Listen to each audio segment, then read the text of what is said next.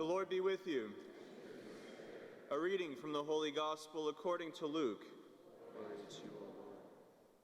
Jesus said to his disciples, "The person who is trustworthy in very small matters is also trustworthy in great ones, and the person who is dishonest in very small matters is also dishonest in great ones. If, therefore, you are not trustworthy with dishonest wealth, who will trust you with true wealth? If you are not trustworthy with what belongs to another, who will give you what is yours? No servant can serve two masters. He will either hate one and love the other, or be devoted to one and despise the other. You cannot serve both God and mammon." The Gospel of the Lord.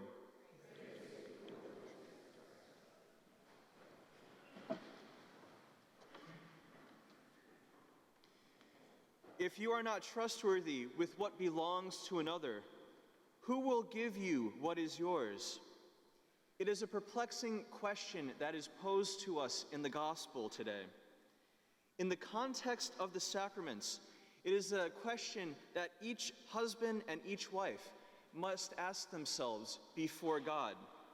For the sacrament of matrimony means that a man and a woman are entrusted with each other's salvation. You can get married for other reasons, but the main reason should be that each of the couple wants to get to heaven. As a matter of a fact, they need each other to get to heaven, and if they fail in that, then they fail themselves.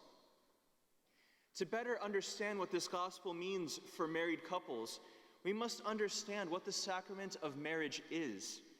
It is defined as the sacrament by which one baptized man and one baptized woman bind themselves for life in a lawful marriage and receive the grace to discharge their duties. It has always been between one man and one woman, as we see from the very beginning in Genesis, with God giving Eve to Adam as a helpmate for life. Christ instituted it as a sacrament, but before then it was considered a sacred contract, something still of God, but not quite having the same dignity as a sacrament. The Church still recognizes valid, though non-sacramental marriages between two non-Catholics. If two non-Catholics come up to us priests and ask to be married, we'll say, "That's great, but I can't marry you because I can only witness to sacramental marriages." The difference with Catholic marriage, if you're wondering, has everything to do with baptism. Think of baptism as creating a bond between God and man. That bond is unbreakable and indissoluble. When that happens, man is no longer capable of creating a natural bond with another. You could think of it as he's no longer a free agent. The sacrament of marriage extends that bond and welcomes another person into that bond. The sacrament of marriage helps us so that when a Catholic marries a non-Catholic, the bond of the Catholic's baptism actually extends over the non-Catholic and welcomes them into a sacramental union with themselves and God. Justices of the peace are not able to witness to sacramental marriages and so cannot marry Catholics. When the Church does not give her permission, the marriage is invalid and it is not a sacrament at all, but rather a sin. Because whether known or not, it's the denial of a sacrament. The state cannot make Catholics man and wife. It can only register them as such. Marriage is not merely a contract. It is a grace given by God to help the couple. For it takes three to make a marriage work. And if God is not let into the couple's life, then that couple becomes isolated from him. The matter of the sacrament is the contract between the man and the woman, while the form is the I do's, by which consent is given to that contract. This sacrament is unique in that it's the two spouses that administer the sacrament to each other. However, the Church needs to give her approval and be a witness, and provide for preparation for a true marriage to take place between the baptized.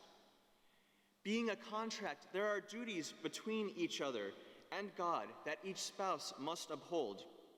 And there are 3 points to which consent must be given.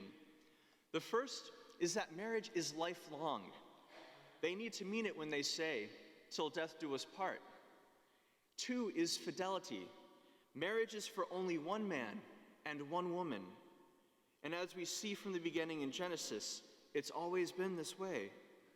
By saying yes to one man, the woman is saying no to every other man in the world, and the vice versa is true for the man as well. In their fidelity, the love that they have is taken to another level, a sacramental level, a supernatural level. The third point of consent is the acceptance of children from God and their upbringing in the faith. Spiritual pro tip here: children are always a gift from God. So don't listen to any propaganda from anyone that says otherwise. They should not be discarded with abortion, nor should they be contracepted away like they were some piece of property. We're talking about a human being here. Contraception, as a matter of fact, is a danger to married couples because it turns an act of radical and complete openness to the other between spouses into an act where they use each other and they withhold a part of themselves from the other. Plus, many contraceptives are actually abortifacient, but you won't find that directly said on the labels. Think of the marital act as you would think of a conversion. We are all called to a complete conversion. That doesn't just mean our bodies and spirits, that means our minds as well, and everything that includes. Everything must be devoted to God. Our wills, our intellects, our desires, our imaginations, our sentiments, etc. It all has to be given to God to be transformed. When I think of conversions, I kind of think of Romans. The ancient Romans, very much pagan society, well-oiled war machine.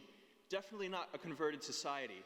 But you think of modern Romans as well, and you walk around the city and they have all these little shrines to the Blessed Virgin Mary, and they have, even their language seems sanctified in a little way. The word prego, it means you're welcome, and about 12 other things, and they're always saying it, and it literally means, I pray.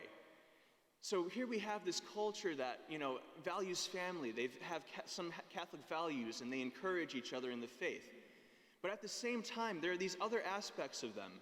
They have, if you walk around the city in the summer and you see them wearing scarves, it's because they're afraid of the mal di gola, the sore throat that they're going to get from catching a cold. Or if they have the windows shut when it's 100 degrees out, it's because they're afraid of the wind that's going to carry some evil spirits and get them sick. You're completely justified in asking the question, has this society been completely converted? The point is that we also cannot hold anything back from God, for when we do, we are not completely His, and it is likewise between spouses. You might wonder what all this fuss is about children, and well, you either were one or are one now. And it's because of God, who wants people to have more children, because then there are more people who come to know Him, to love Him, and to serve Him in this life, but most of all, to be with Him in the next life. God wants heaven to be the biggest party possible, and for that to happen, it needs a longer guest list. Being a priest, I talk with a lot of different people, and among the older folks, many of them, both men and women, regret not having had more children. Yes, having children is challenging, and yes, we are called to make many sacrifices for them, but are they not worth it? Wouldn't it be worth it when you are old to see your children carry on your traditions and to be there to support you? Marriage brings on a new state of life whose duties are to provide comfort and support to each other. They are not to lay crosses upon each other's backs. Spouses need to share the same yokes, and when they work together, they ease each other's trials in this life. The wife needs the husband to lean on. The husband needs the wife to comfort and support him. The man is the head and the father. The wife is the heart, the queen, and the mother. In true Christian marriage, there is no question of selfishness.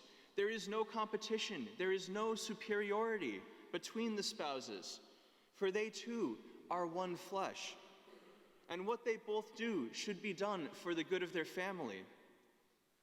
The dignity of Catholic wives can be seen in the 9th commandment when St. Augustine split them up to give more dignity to the woman. But also when compared with other religions and other cultures, the wife has no sum of money paid for her. There is no bidding for her like she is a piece of livestock. She is an equal in vows and dignity to the husband, which is something that's unique throughout the world. If you are planning a marriage, then you must meet with the priest. If there are circumstances that are out of the norm, there are dispensations that can be granted, but you must meet with a priest to discuss them. Now, I've had some people come up to me and say, Father, I'm getting married.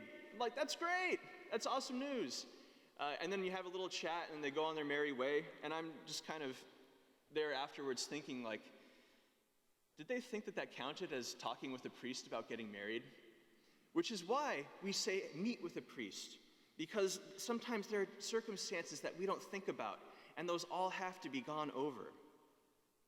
The bishop also needs to know about the marriage and give the power and to the right delegates so that marriage can be sacramental and hence a real marriage. The priest is the proper channel to go through to get to the bishop and to get his approval. If the church seems strict on marriage, is because the church is a mother who cares for her children. Being a sacrament that lasts until the end of one's life, people's lives are at risk with a bad marriage, and their eternal salvation can also be at risk. So the church needs to provide the right training and the right preparation for the couple. The goal of the church is not to be a pain when it comes to these matters. She wishes her children anything but pain. She wishes to heal the wounds that are there and prevent pain. But this is because she wants her children to have strong, loving, long-lasting, and most importantly, holy marriages that will help couples and all their children get to heaven. If any of this brought up questions or doubts, please come talk to either Father John or me about your situation, and we will work through it together. Also, next week we will conclude with the last of the 7 sacraments, the anointing of the sick, which will also end this homiletic series. This news might bring some of you relief, yet others sadness, and still others joy. Regardless of how you feel, be there for the conclusion. And perhaps next summer, in the spirit of ordinary time, we can continue to take a closer look at Catholic liturgy, whether it be in the form of the sacraments or the Mass itself.